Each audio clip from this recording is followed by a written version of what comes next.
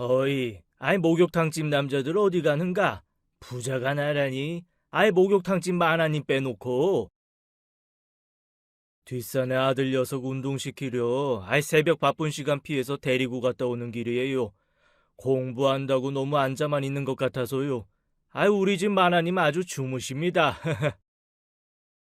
우리 동네에서 우리 남편과 아들은 목욕탕집 남자들로 통했답니다. 우리 집은 동네에서 목욕탕을 운영한 지 30년이 넘은 동네의 터줏대감이었어요. 점점 동네 목욕탕이 없어지고 대형 사우나나 찜질방이 대세가 되는 시대이지만 동네에서 우리 목욕탕은 없어서는 안 될 시설이었답니다. 많은 돈을 투입해서 짓는 대형 사우나나 찜질방 같은 규모는 아니었지만 아기자기한 인테리어에 세심하게 신경 쓴 사우나는 손님들에게 인기였어요. 이 목욕탕은 제가 결혼하면서 부모님으로부터 물려받은 것이었답니다. 오래된 목욕탕이라 물려받고 나서 여기저기 수리를 했죠. 특히 사우나 쪽은 그냥 땀을 빼는 용도 말고 사느라고 여기저기 아픈 사람들을 어떻게 하면 좀 더 시원하게 해줄 수 있을까를 고민해서 정성 들여 수리했습니다. 마음 크게 먹은 어느 아줌마가 사우나에서 먼저 음료수를 한 병씩 돌리면 다음번엔 다른 아줌마가 또 음료수를 돌리며 이야기꽃을 피우곤 했어요. 남탕 쪽 사우나도 역시 신경을 많이 써서 수리했었죠. 지금 아들과 남편이 목욕탕이 바쁜 시간을 피해서 오르는 산, 결혼 전에 그 야산에 저도 자주 오르내렸었답니다. 체력이 아주 좋은 편이 아닌 저에게 적당한 운동이 되는 아주 험하거나 높지 않은 동네 뒷산이었어요. 오랫동안 이 동네에서 살던 저와는 달리 남편은 다른 곳에서 살다가 이 동네로 이사 온 사람이었습니다. 직장이 동네에서 가까워 자취방을 우리 동네에 얻었고 이 야산을 오르내리면서 안면을 트게 되었죠. 지금은 공기가 지저분해지면서 그런 일이 거의 없지만 우리가 결혼하기 전인 그 시절만 해도 산에서 따올 수 있는 것들이 꽤 있었습니다. 아카시아 꽃이 한두 개 핀 줄기 하나를 똑 따서 잎을 하나씩 떼어보곤 했죠. 이 아카시아를 가지고 장아찌를 담글 수 있다는 걸 혹시 아시나요? 아카시아를 줄기째 넣고 간장과 설탕으로 간을 해서 묵히면 아카시아 장아찌가 되는데 아카시아 향에 달고 짭조름한 간장 맛이 배어서 밥도둑이랍니다. 저희 친정어머니는 아카시아 장아찌를 해마다 꼭 담그셨죠. 엄마에게서 배운 서툰 솜씨로 담그기 시작한 아카시아 장아찌. 저도 이제는 엄마와 비슷한 선수가 되었어요. 꽃잎 사이에 긴 꽃술을 따서 쪽 빨아먹으면 단물이 나오는 사루비아도 아시는 분들이 많을 거예요. 그 산에서 남편과 저는 아카시아를 따고 사루비아를 나눠 먹으면서 결혼을 약속한 사이가 되었죠. 우리는 마치 황순원 작가님의 소설 소나기 속에 소년과 소녀가 된 것 같이 자연 속에서 데이트를 하면서 사랑을 키워나갔어요. 저의 외할머니와 친정어머니 두 분 다 일대에 소문난 미인이셨죠. 그 외할머니와 친정어머니를 닮은 저 역시 남들이 보기엔 호리호리하고 날씬한 키에 예쁜 외모를 가진 많은 남자들의 짝사랑의 대상이 되고 나는 그런 아가씨였어요. 그런데 친정에서는 남편을 제 결혼 상대로 그다지 반가워하지 않으셨답니다. 남편은 아버지와 어머니가 일찍 이혼하셔서 편모스라에서 성장한 사람이었어요. 친정 아버지와 오빠는 남편감이라고 데리고 온 사람이 멀끔한 생김새 빼고는 별 볼 일 없다며 그다지 탐탁해하지 않으셨죠. 게다가 남편이 직장도 한 군데 진득하니 붙어있지 못하고 여러 군데 회사를 옮겨 다닌 사람이었다는 사실에 더 그러셨고요. 또 남편들 사람의 아버님과 어머님의 이혼 사유가 아버님의 바람기 때문이라는 것도 알아내셨어요. 그런데 눈에 콩깍지가 낀 상태에서 무슨 반대의 말이 귀에 들리겠어요. 저는 친정의 반대를 무릅쓰고 이 사람과 결혼에 꼴이 냈답니다. 동네 아줌마들의 말로는 유지 집안의 딸과 결혼하는 남편을 부러워하는 동네 총각들이 많았다네요. 그런데 날씬하고 예쁜 것이 좋을지는 모르지만 결혼하고 나서 웬만한 장정들 몇은 때려 눕힐 것 같은 그런 건강한 아줌마가 되지는 못했어요. 힘든 일은 하기도 어려웠죠. 목욕탕 일도 그랬어요. 일에 열중하다 보니 여기저기 아픈 곳이 생기더라고요. 그래서 결국은 목욕탕 일을 전적으로 남편에게 맡기고 저는 집에서 쉬게 되었습니다. 남편이 극구 권했죠. 사업이 아무리 잘 되면 뭘 해? 당신이 아프면 다 소용없는 일이야. 나한테 맡기고, 이제 집에서 쉬라고. 같이 하던 일인데 혼자서 되겠어요? 나 아직 할만한데. 남편은 끈질기게 제가 집에서 쉴 것을 권유했고 저는 남편에게 모든 것을 맡기고 집에서 살림을 하는 전업주부가 되었습니다. 세월은 그렇게 흘러서 아이들도 태어나고 아들인 큰아이가 어느새 고등학교 2학년이 되었어요. 그렇게 평탄한 나날이 이어지던 어느 날 남편이 친구 이야기를 꺼내더군요. 내 친구 준수 말이야. 동네에서 열었던 애견샵이 망해서 아주 엉망진창이라고 하더구만. 왜 부인이 강아지 미용 배워서 열었다던 가게 말이야. 어머나, 어떡하면 좋아요. 거기다 가진 거 다 털어 넣었다면서요. 하긴 그 동네도 그렇게 샵에 데리고 다닐 만한 강아지들을 키울 만한 그런 동네는 아니었어요. 준수 씨는 남편의 제일 친한 친구랍니다. 거의 형제처럼 지내는 사이였죠.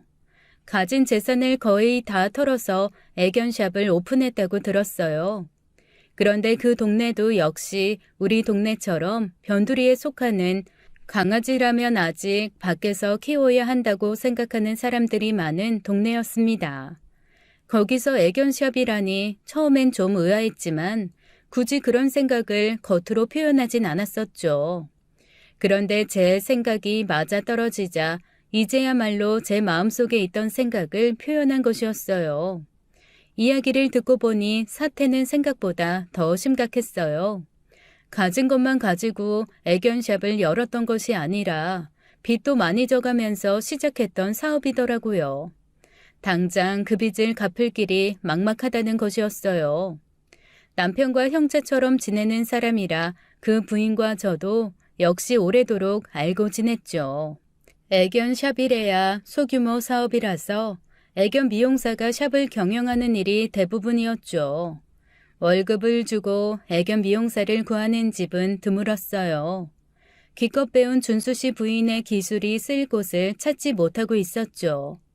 거기에 많은 빚까지 지게 된 상황이니 굳이 그 기술이 아니더라도 부인이 무슨 일을 해도 해야 될 처지가 되었다는 것이었어요. 준수한 사람 말이야. 우리 집 목욕탕에서 일하게 해주면 안 될까? 때밀이 한 사람 정도 더 쓸 여유 있잖아. 남편이 뜬금없이 이런 말을 꺼냈습니다. 그건 안 돼요. 여유가 있고 없고를 떠나서 준수 씨네 집하고 우리가 어떻게 고용주와 고용인이 될 수가 있어요? 관계상 그건 안 돼요. 그리고 그 일은 일단 힘든 일이잖아요. 괜히 제안했다가 욕먹지 말고 그런 생각일랑 하지도 말아요. 저는 남편의 그 이야기를 단칼에 잘랐죠. 서로 좋은 관계를 유지하고 있는 두 집안 사이였어요. 그런데 한쪽은 고용하는 쪽이 되고 한쪽은 월급 받아 가는 쪽이 된다는 것은 왠지 그 좋은 사이를 허물어뜨리는 일이 될 것 같더라고요. 당신 말도 틀린 건 아닌데 어쨌든 지금 상황에서 어느 정도 돈 될 일을 마련해 줄 길은 그것밖에 없잖아. 그래도 그건 안 돼요. 다른 방법을 생각해봐요. 나는 분명히 반대했어요. 당신 마음대로 결정하지 마세요.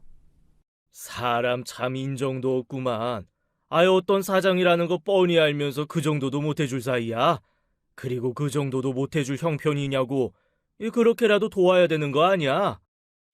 남편은 꽤 끈질기게 준수 씨의 부인을 목욕탕에 고용하자고 떼를 쓰다시피 했어요. 저는 계속 안 된다고 했죠. 준수 씨 부인을 데려다 놓고 어떻게 마음 놓고 일을 시키겠어요. 그건 피차간에 불편한 일이다 싶은 생각이었죠. 여기에 한 가지 이유가 더 있었답니다. 알고 지낸 세월에 비해서 준수 씨 부인과 제가 친하지 않은 이유기도 했죠. 준수 씨 부인은 좀 뭐랄까 옛날 말로 그 자태가 좀 낭창낭창하다고 해야 할까요? 같은 여자가 보기에도 흘리면 안 되는 뭔가를 흘리면서 다니는 사람 같아 보였어요. 인상도 범상한 가정주부의 인상이라기보다는 화장만 조금 하면 밤에 일하러 나가는 사람 같은 그런 인상의 사람이었답니다. 사실 저는 준수 씨 부인의 인상 등 여러 가지가 마음에 들지 않았어요. 그런데 뭐 제가 데리고 사는 것도 아니고 굳이 그런 일을 입 밖에 낼 이유는 없잖아요. 남편에게도 사실 그런 말을 한 적은 없었어요.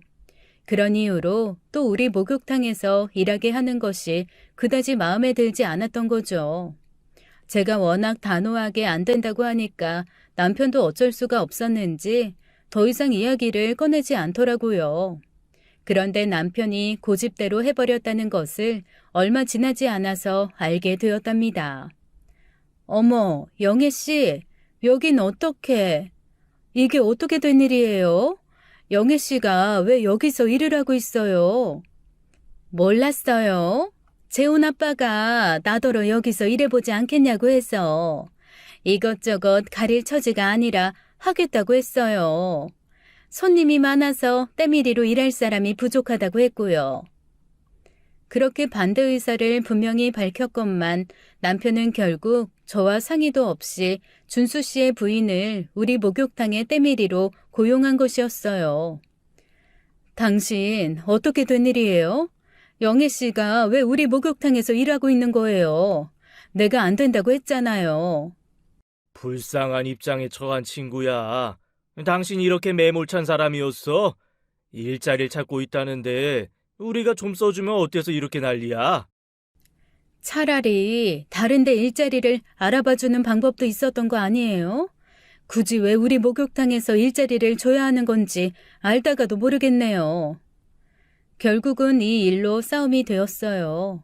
저는 좋게 이야기해서 일을 그만두게 하자고 했고 남편은 그건 정말 야멸찬 일이 될 것이라며 자신은 못하겠다고 하더라고요. 그럼 내가 알아서 이야기할 테니 남편더러 빠지라고 했죠. 그랬더니 더 불같이 화를 내는 것이었어요. 당신이 이 정도로 매몰찬 여자라는 거 이제 알았어. 아이 그리고 목욕탕 주인은 죽어도 당신이라 이거지. 하긴 내 돈 들어간 거 없으니 당신이 주인이 맞겠지. 아이 하지만 나도 권리가 있다고. 내가 지금까지 노력해오지 않았더라면 몸도 약한 당신 혼자서 목욕탕 이렇게 탈 없이 운영할 수나 있었겠어? 어떻게 사람이 이렇게 인정이 없어? 인정도 없고 매몰차고 야멸차고 온갖 안 좋은 단어가 저를 가리키는 데 쓰이고 있었어요. 저도 정말 화가 났죠. 저를 그렇게 몰아가는데도 화가 났고 분명히 제 의사를 밝혔는데도 상의도 없이 일을 그렇게 처리하고 말았다는 것도 이해할 수 없었어요. 무엇보다도 제가 마음에 들어하지 않는 사람을 어떻게 우리 사업장에 고용할 수 있겠어요. 당장 그만두게 해요. 당신이 말 안 하면 내가 할 테니까요. 좋게 이야기해서 내보낼 거예요. 뭐라고? 나는 친구랑 마누라한테 뭐가 돼? 아이 와서 일하라고 해놓고 바로 자르고 도대체 친구 앞에서 어떻게 얼굴을 들라는 거야? 큰 소리가 오가고 아이들이 저희들 방에서 얼굴만 빼꼼 내밀고 엄마 아빠 사이에 무슨 일이 있는지 살펴보고 있었죠. 애들 보기도 좀 그렇고 해서 그날은 그냥 그렇게 넘어갔어요. 남편은 다음 날 새벽에 저에게 말도 걸지 않고 목욕탕으로 출근하더라고요. 그런데 그날부터 남편의 행동이 예전과 달라지기 시작했어요. 목욕탕이 살림집과 가까이 있었기에 목욕탕에 일하러 나가서도 언제나 밥은 집으로 먹으러 오곤 했었어요. 그러던 남편이 그날부터 집으로 밥을 먹으러 오질 않더군요. 그날 하루만 그런 것이 아니라 며칠이 되도록 집에서 아침을 먹고 나가면 목욕탕 문 닫는 시간이 넘어서야 들어오곤 했습니다. 재훈 아빠, 요즘 계속해서 목욕탕에서 새로 일하는 아줌마하고 같이 밥 먹으러 다니던데. 나도 시장 안 국밥집에서 둘이 밥 먹고 있는 거 여러 번 봤지. 그런데 둘이 너무 다정해 보이더라고. 나만 그렇게 보는 게 아니라 많은 사람들 생각이니까 재훈 엄마 너무 안심하지 말아요. 동네 사람들 눈에는 두 사람이 이상하게 보였다는 것이었어요. 그런 이야기를 들은 저는 준수 씨 안사람의 인상만큼이나 느낌이 맑지 못했어요. 태도가 그다지 단정해 보이지 않는 친구의 부인과 집을 놔두고 며칠이 되도록 바깥에서 단둘이만 밥을 먹으러 다닌다니 좀 기분이 안 좋더라고요. 거의 열흘이 되도록 남편은 식사를 위해 집으로 들어오지 않았습니다. 화가 단단히 난 저는 목욕탕으로 식사 시간에 맞춰 가보았죠. 역시 둘 다 목욕탕이 없더라고요. 이제 하도 오래 살다 보니 동네래야 우리 집 마당 같았어요. 시장 안을 둘러보고 없기에 시장에서 가까운 백반집에 가보니 역시 둘이서만 점심을 먹고 있더라고요. 안녕하세요, 영애 씨. 밥을 집에 와서 먹지 왜 바깥에서 먹어요? 앞으로는 같이 집에 와서 드세요. 동네 사람들이 이상하게 본다는 말이 목구멍 앞까지 밀려나왔지만 그 말은 꿀꺽 삼켰죠. 어머, 재훈 엄마, 여기까지 웬일이에요? 남편이 무슨 어린아이도 아니고 없다고 이렇게 찾아다니는 거예요? 아유, 걱정 마세요. 남편 안 훔쳐가. 말도 별로 예쁘게 하지 않는 사람이더군요. 거기다 남편 또한 기분 좋은 얼굴이 아니더라고요. 당신이 여긴 웬일이야? 아, 영애 씨 말대로 나 찾아다닌 거야? 길 잃어버릴까봐 찾아다녀? 저는 더 이상 그 자리에 있기가 싫어서 맛있게들 드시라고 약간 비꼬는 투로 말해주고는 그 자리를 뜨고 말았어요. 제가 단둘이 밖에서 밥 먹는 문제로 불만을 표시하자 남편이 그러더라고요. 영애 씨가 저한테 미안해서 집으로 밥 먹으러 오는 것을 미안해 한다고요. 그리고 목욕탕에서 낯익은 사람이 자신뿐이라 영애 씨와 밖에서 식사를 하는 거라며 그럴듯하게 사정을 설명했습니다.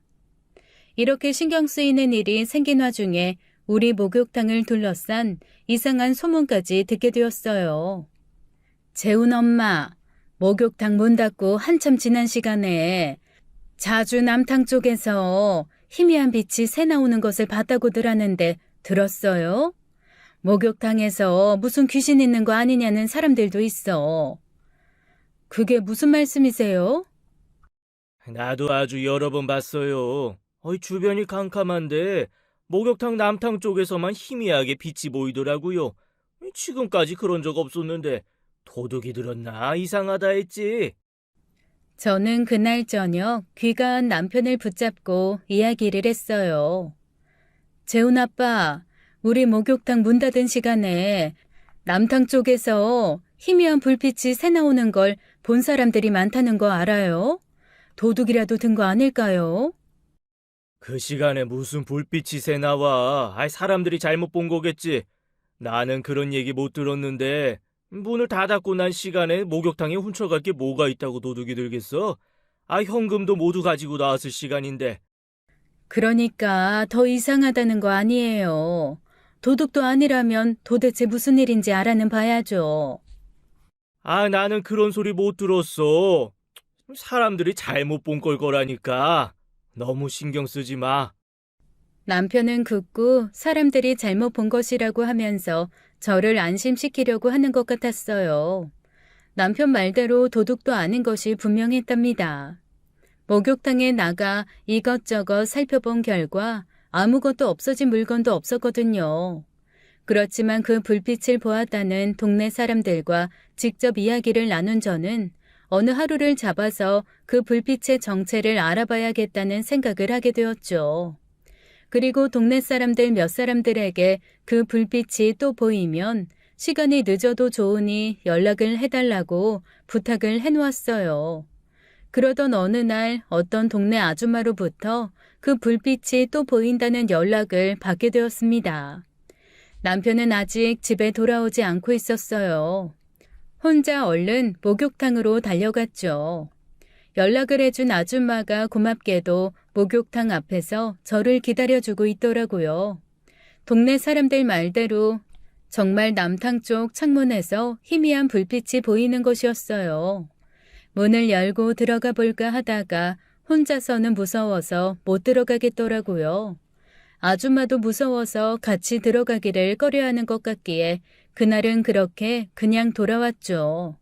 동네 사람들이 결코 잘못 본 것이 아니었어요. 남편에게 제가 직접 목격했다고 이야기를 했더니 남편은 놀라면서 자신이 어떻게든 알아보겠다고 하더군요. 일단 안심을 했죠.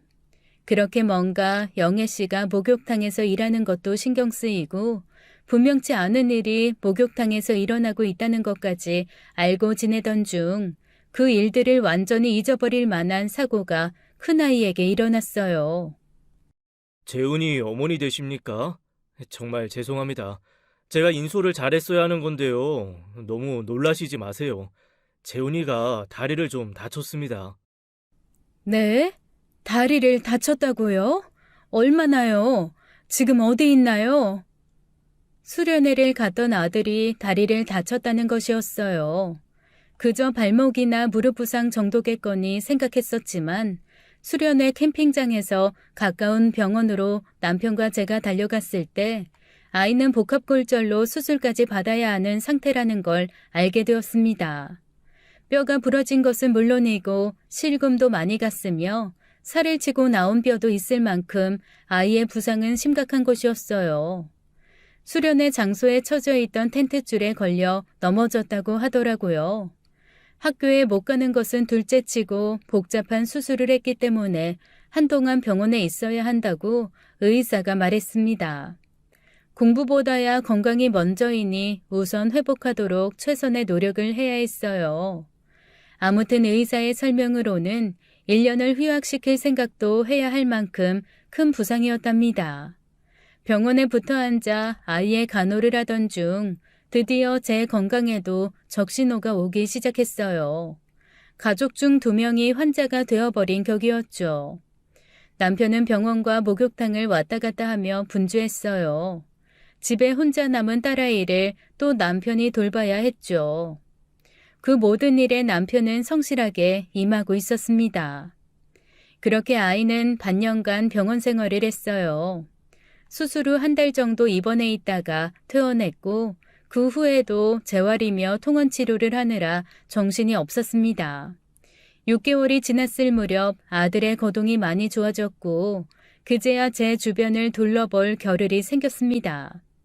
동네 사람들이 그동안 많이 문병 오기도 했지만 저와 친한 시장 아줌마들은 시장에 묶여 있어야 했기 때문에 오시지 못하신 분들도 많았어요. 아이를 퇴원시키고 집에 먹을 거리가 하나도 없어 시장을 보러 나갔죠. 재훈이는 좀 어때요? 아이고, 그렇잖아도 작은 얼굴이 반쪽이 됐네. 아들이 아니라 엄마가 환자 같아. 그러게 말이야. 재훈 엄마가 병원에 눕게 생겼구만. 보약이라도 한 재 지어 먹어요.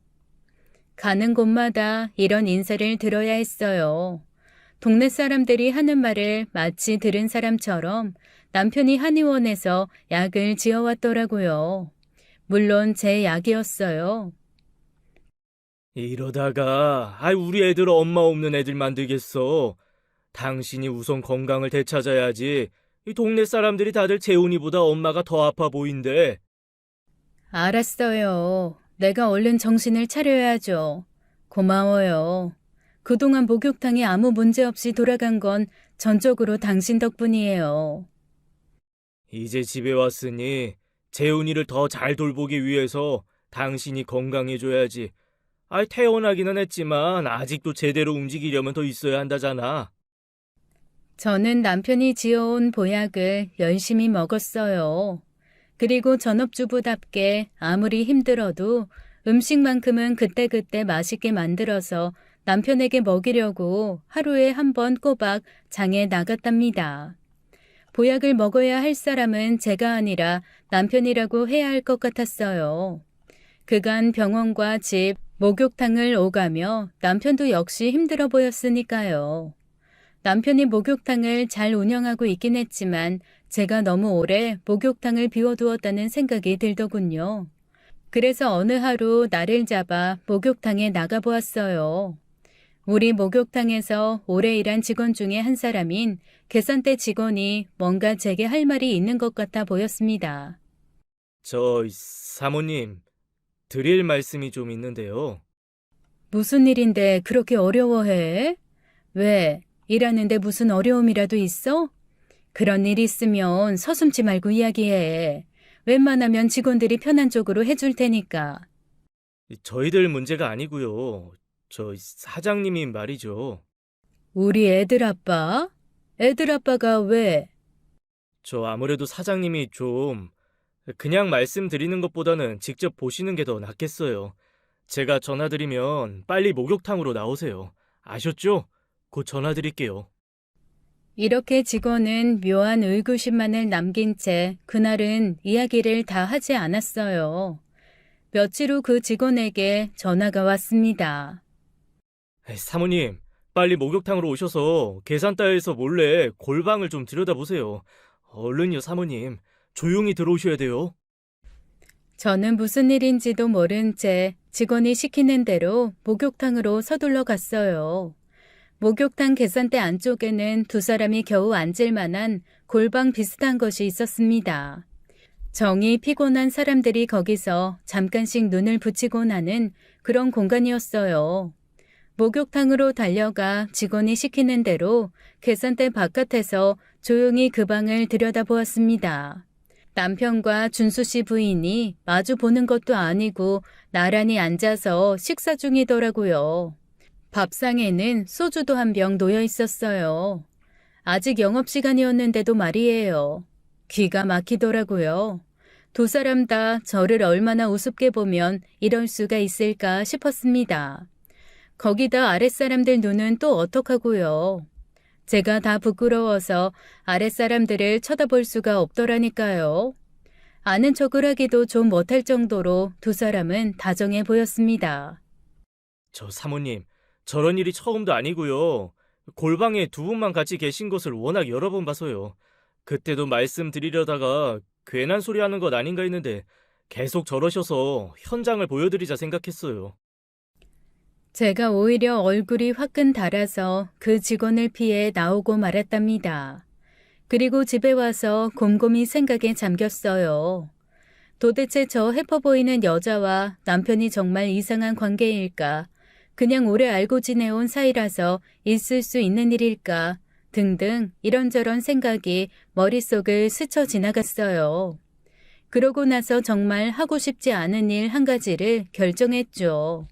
누워서 침 뱉는 행동일 수도 있었지만 정말로 하는 수 없이 그 직원에게 도움을 청했답니다.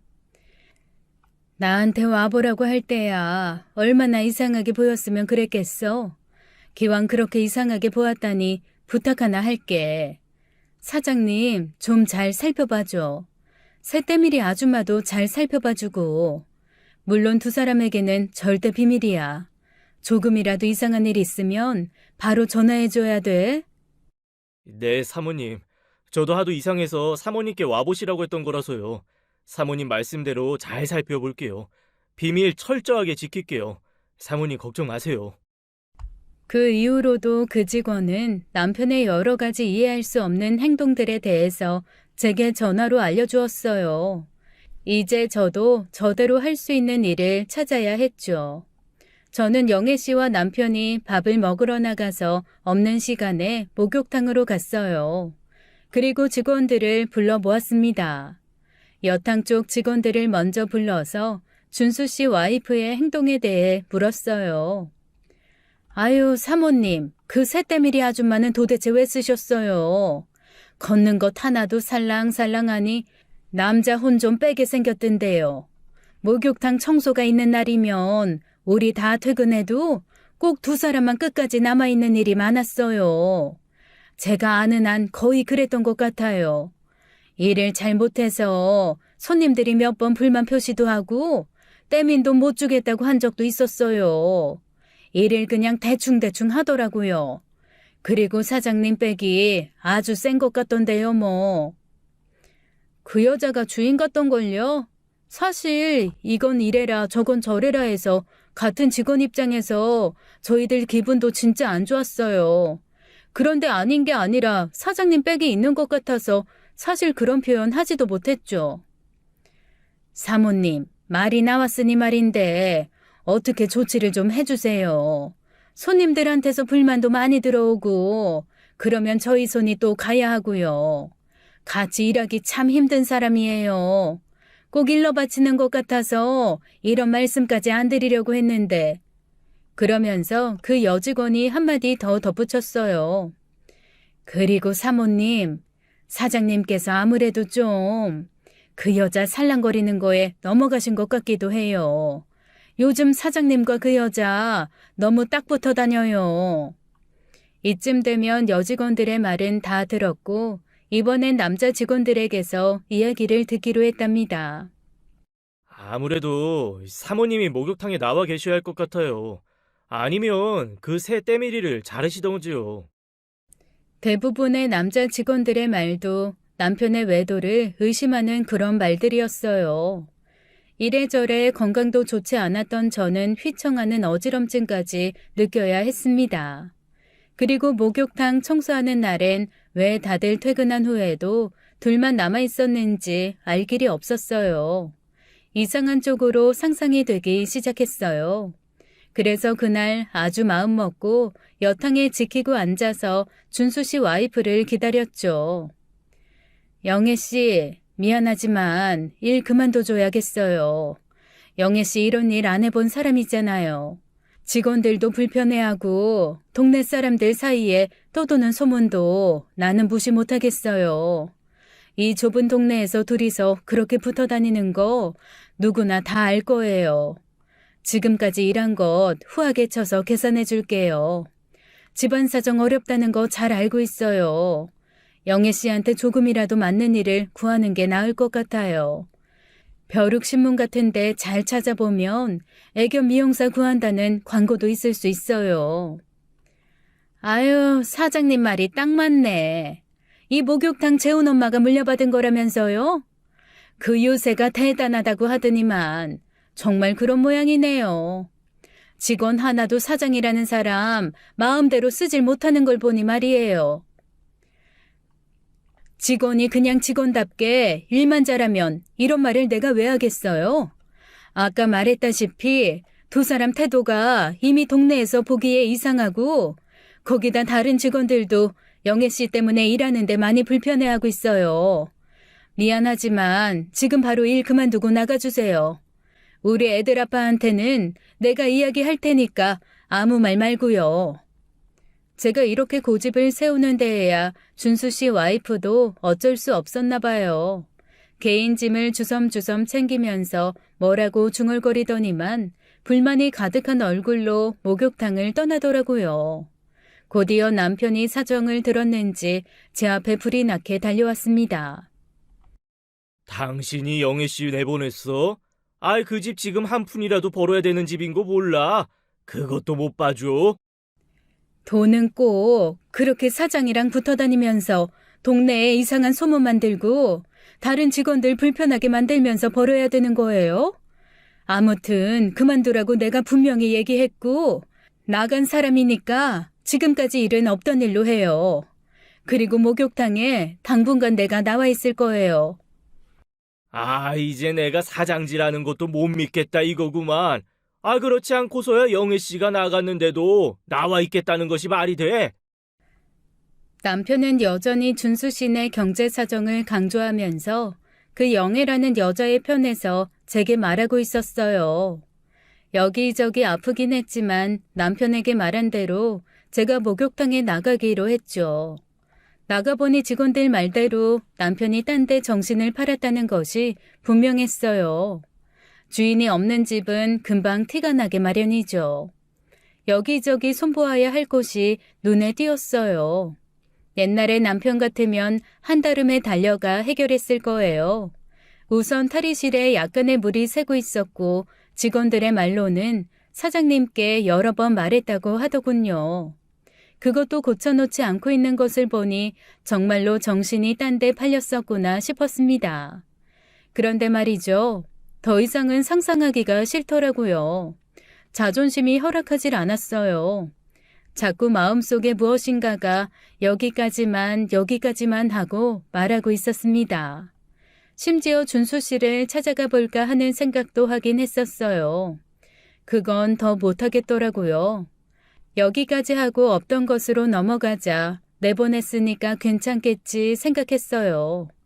제가 목욕탕에 나가 있는 동안 물이 새는 탈의실을 비롯하여 해결할 일들을 모두 해결했습니다. 그리고 영애 씨가 떠나고 나니 직원들 간에 아무 문제도 없이 예전처럼 목욕탕이 돌아가고 있었죠. 동네에서의 소문도 둘 중에 한 사람이 안 보이다 보니 점점 잦아들고 있었어요. 남편은 그저 아무 말 없이 집과 동네 뒷산 그리고 기원을 왔다 갔다 하면서 제가 목욕탕 일을 보는 그 시간을 보내고 있었습니다.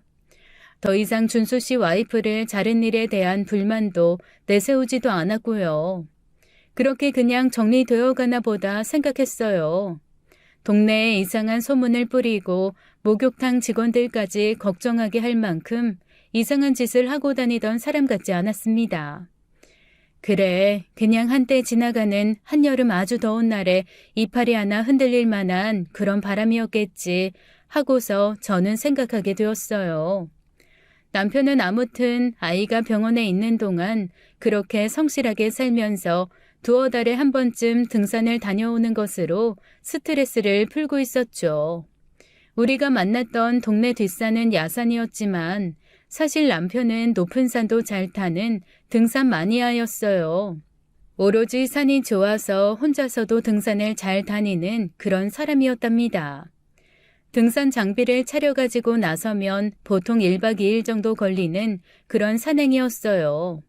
저는 그저 동네 뒷산에나 왔다 갔다 할 뿐 그렇게 높은 산에 도전해 볼 만큼 산을 좋아하지는 않았기에 제가 남편의 산행에 동행하는 일은 거의 없었죠.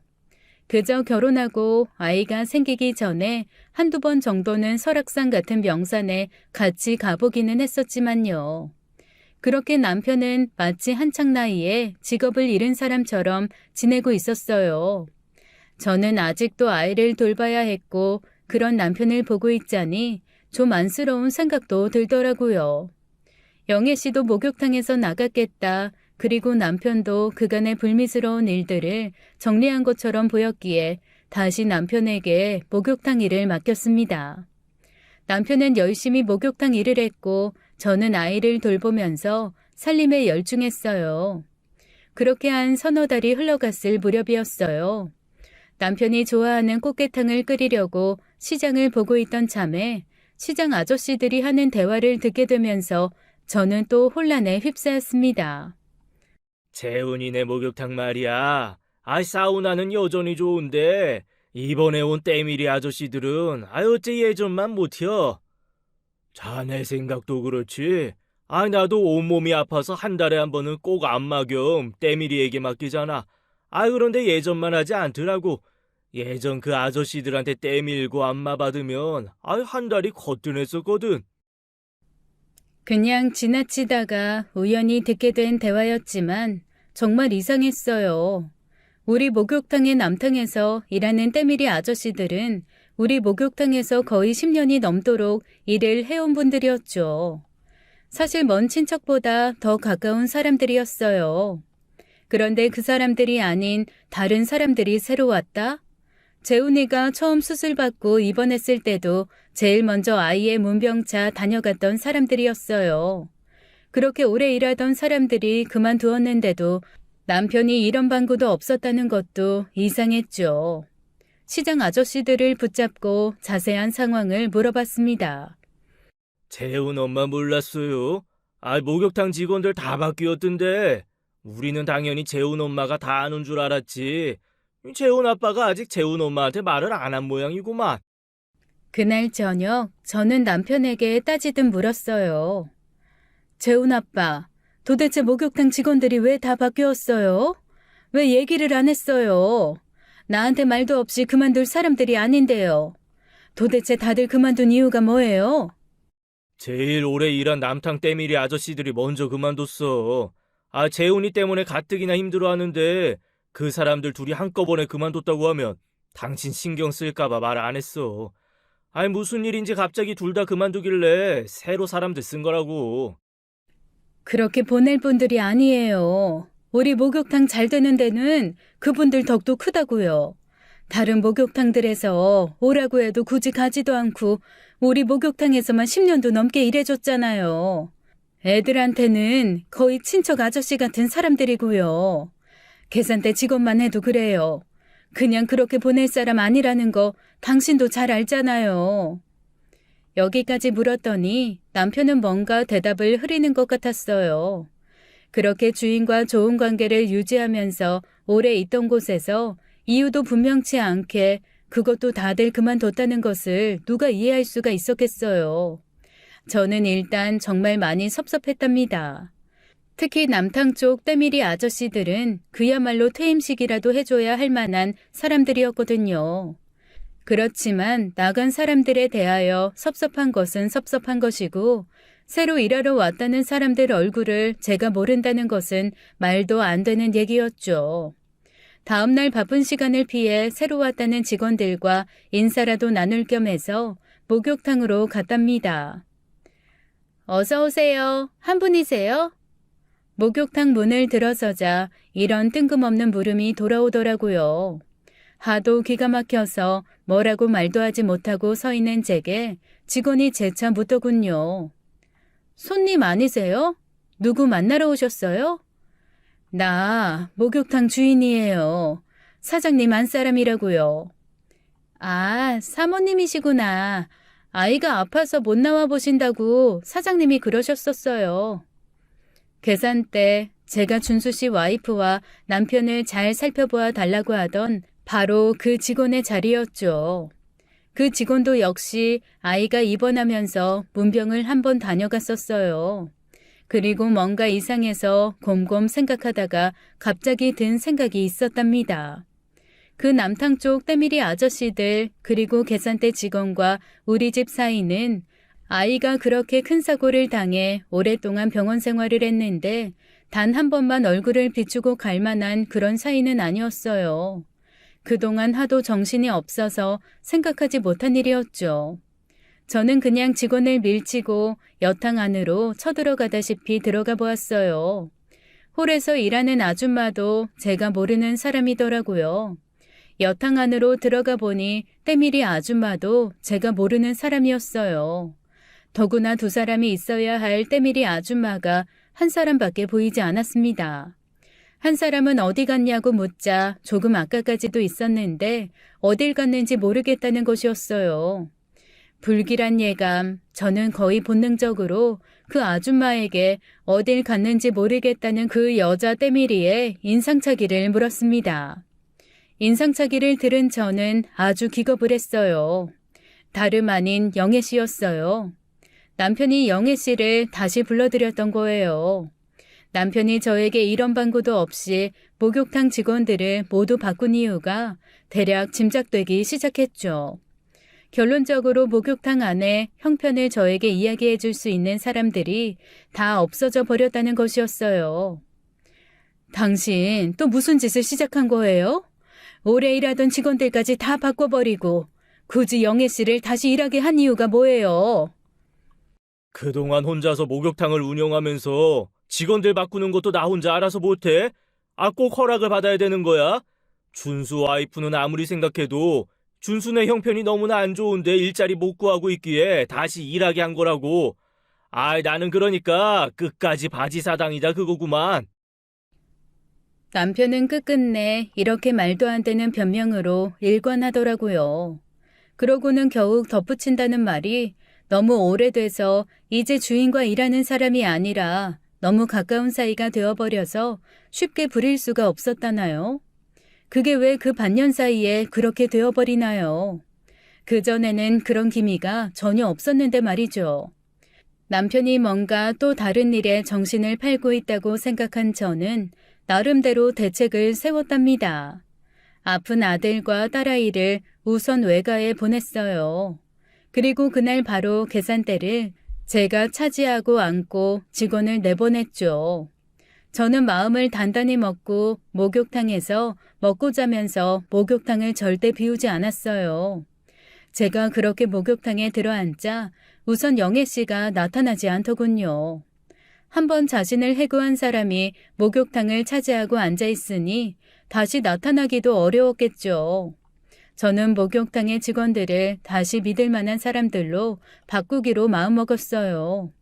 우선 나갔다던 사람들 중에서 아직 다른 곳에 취업하지 않은 사람들을 다시 불렀습니다. 남편은 다시 경영권을 빼앗기게 되자 불만을 터뜨리더군요. 당신이 나를 아주 준수하고 그 와이프한테 바보 같은 놈을 만들었구만. 그리고 동네 사람들이 뭐라고 하겠어? 그러지 않아도 바지 사장이니 뭐니 말들이 있는데 이제 아주 나를 바지 사장이 아니라 마누라한테 휘둘리면서 밥이나 얻어먹는 사람으로 보겠구만. 이거 어디 창피해서 동네 돌아다니겠냐? 당신이 나하고 영애 씨 사이를 끝까지 의심하는 모양인데 내 친구와 내 관계도 있는데 어떻게 그렇게까지 의심을 하는 거야? 무슨 이상한 관계라는 증거라도 있어? 나는 그저 도와주려 했을 뿐이고 직원들 바꾼 것은 또 다른 문제요. 저도 지지 않고 따져 물었어요. 영애 씨를 다시 일하게 한 것부터가 말이 안 돼요. 당신은 죽어도 그 집 도와주자고 하는 일이라곤 하지만 우리가 오래 데리고 있던 사람들까지 왜 다 잘라요? 나한테 목욕탕 일을 얘기해 줄 수 있는 사람들 다 없애놓고 영애 씨하고 목욕탕에서 살림이라도 차리게요?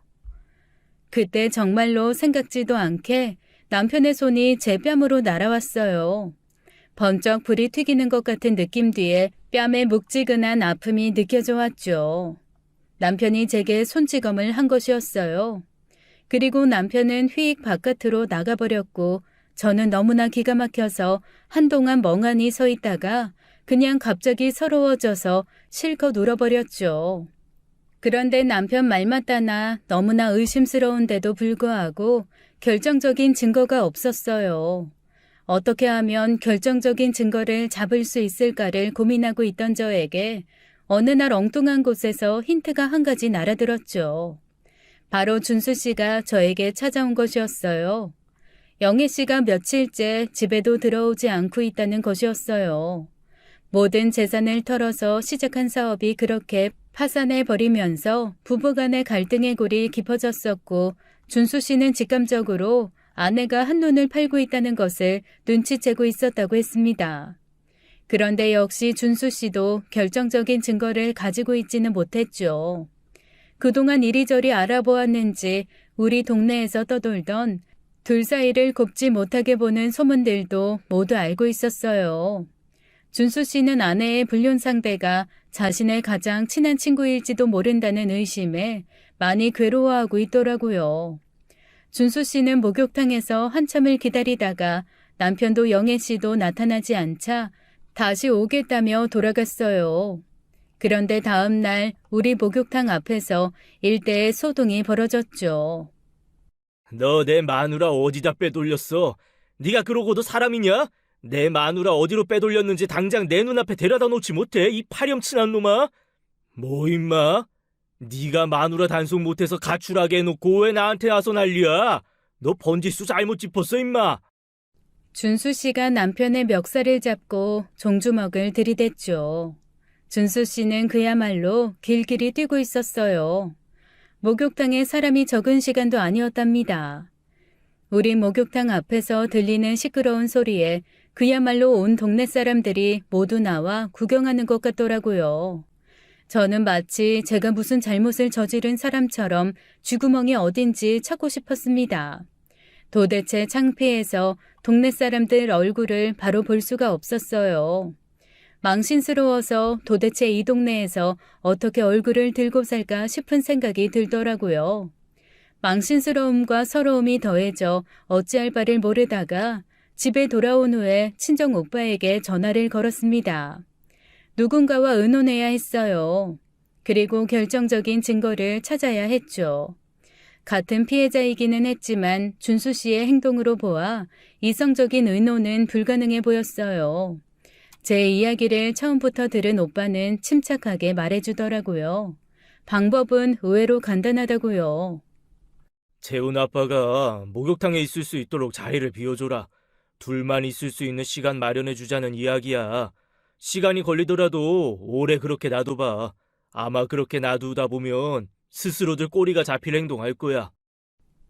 다음 날 저는 남편에게 이렇게 다른 여자와의 사이를 의심하면서 결혼 생활을 정상적으로 이어나가는 건 불가능할 것이라고 했죠.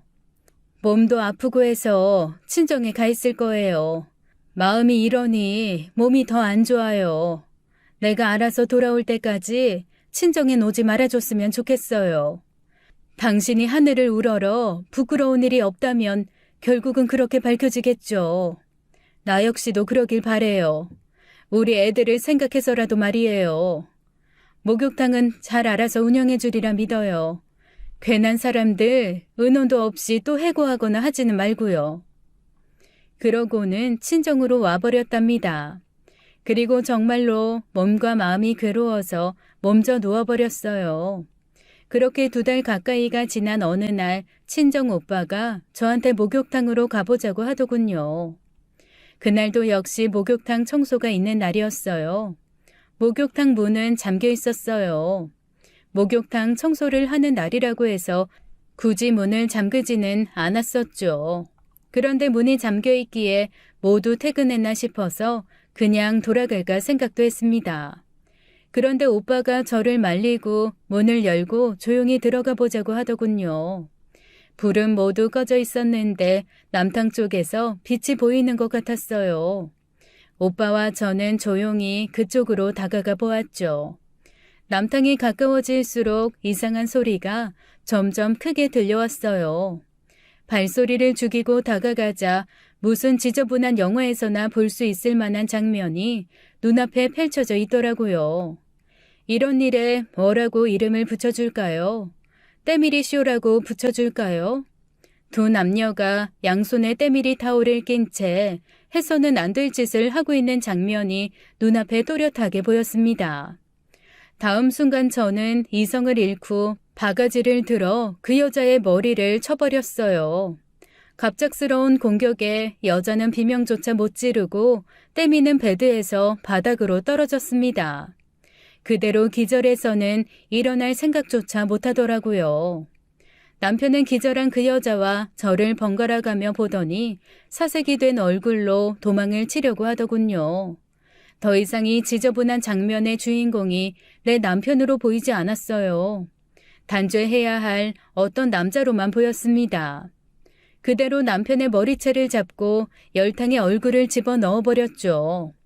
어디서 제게 이런 힘이 있었나 싶어 스스로도 놀랐어요. 남편이 지어준 보약이 힘을 발휘하는 순간이었죠. 몸에 걸친 거라곤 떼수건 2장뿐인 남편이 볼썽사나운 꼴로 버둥대는 모습이 역겨웠습니다. 이대로 죽여버릴까 하다가 이 인간 같지도 않은 남자 때문에 제 손을 더럽히기 싫다는 생각에 남편을 물 밖으로 건져냈죠. 거의 죽기 일보 직전에 열탕에서 끄집어내져 나온 남편은 맥없이 그 자리에 주저앉아 숨을 몰아쉬더군요. 흐억대며 숨쉬는 소리조차 꼴보기 싫었습니다. 재원 엄마, 내가 잘못했어. 그런데 이건 100% 내 잘못이라고만 할 수 없어. 이 여자가 꼬셔서 이렇게 된 거야. 나는 싫다고 했는데 말이지. 내가 여기저기 아프다고 하니까 마사지 해주겠다고 해서 몇 번 마사지를 받아봤는데 시원해서 거절을 못했어. 그리고 분류는 오늘이 처음이야. 정말이야. 말 같지도 않은 소리에 바가지 하나를 더 가져다가 남편의 머리를 때려버렸어요.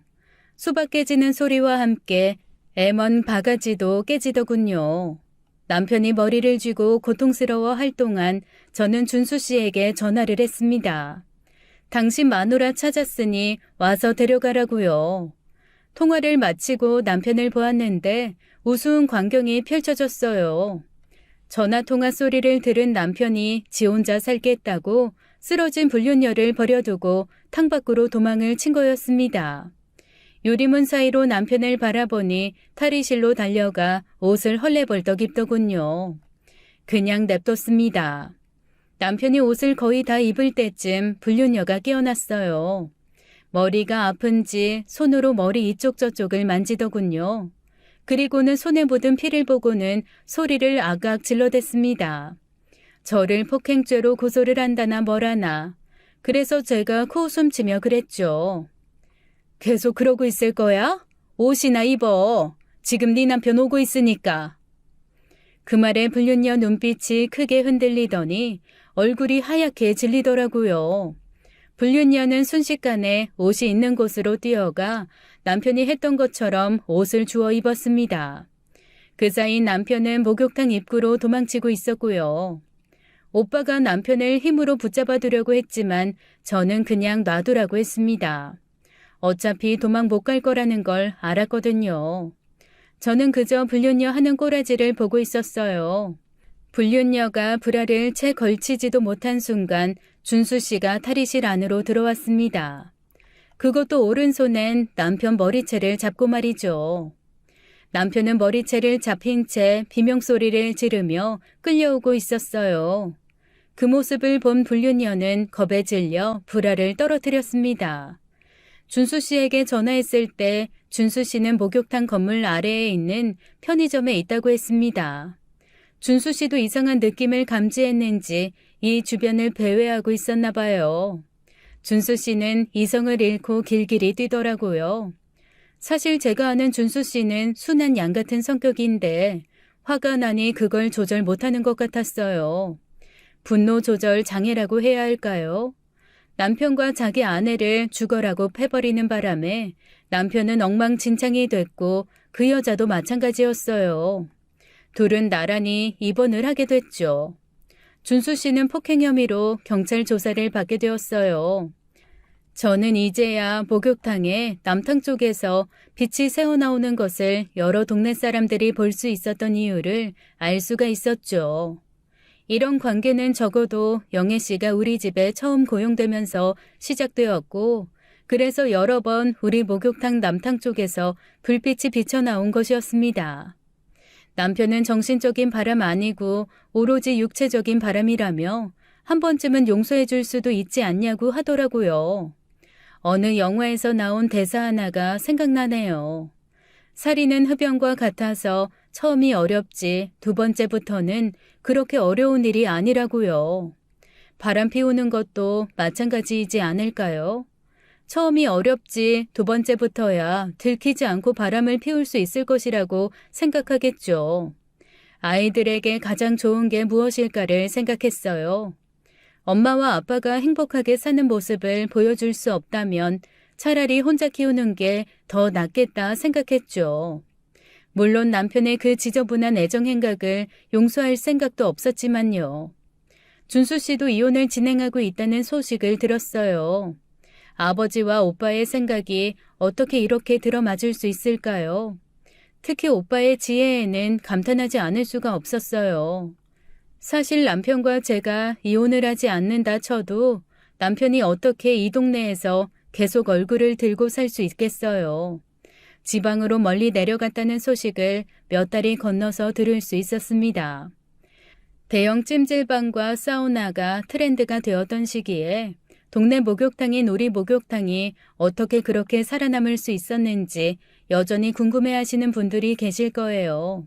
우선 절대로 뒤로 남기고 앞으로 손님을 속이는 일을 하지 않았죠. 최선의 서비스를 위해서 조금이라도 불편하다 싶으면 수리비를 아끼지 않았어요. 남편은 그것도 늘 안 해도 된다고 했지만요. 친정에서는 돈은 제대로 쓸 줄 알아야 또 모을 수도 있는 것이라고 늘 말씀하셨습니다. 그리고 목욕탕에서 나오는 수익금의 적지 않은 부분을 동네의 복지시설을 마련하는 데 쓰고 있었어요. 개천가에 체육시설을 마련하는 데 기부금을 낸다든가 그 야산 올라가는 계단에 어르신들이 붙잡고 오르시기에 좋도록 난간을 설치한다든가 하는 일에 아낌없이 기부를 하곤 했죠. 저는 이런 일들이 모두 우리 아이들에게 복이 되어 돌아올 것이라고 생각했었어요. 자식 키우는 사람은 이러면 안 된다, 이래야 된다, 이런 말들 있잖아요. 우리 친정 부모님들이 우리를 키우신 방법대로 저는 이제 아이들을 키워갈 겁니다. 혼자 몸이지만 잘 키울 거라고 마음을 다잡고 있어요. 이제 혼자가 된 저에게 또 몇몇 남자들이 접근을 해오더군요. 하지만 남자라면 이제 아주 신물이 납니다. 저는 오직 우리 아이들을 위해 세상을 살아갈 거예요. 자식 키우는 사람들이 해야 한다는 삶의 방법 그대로 살아갈 겁니다. 아마 아이들도 자라면서 점점 더 저를 이해해 줄 거라 생각해요. 제 이야기는 여기까지입니다. 긴 사연 들어주셔서 감사합니다. 지금까지 사연 읽어주는 남녀였습니다. 끝까지 시청해주신 여러분 감사드리며 저희는 다음 사연으로 돌아올게요. 감사합니다.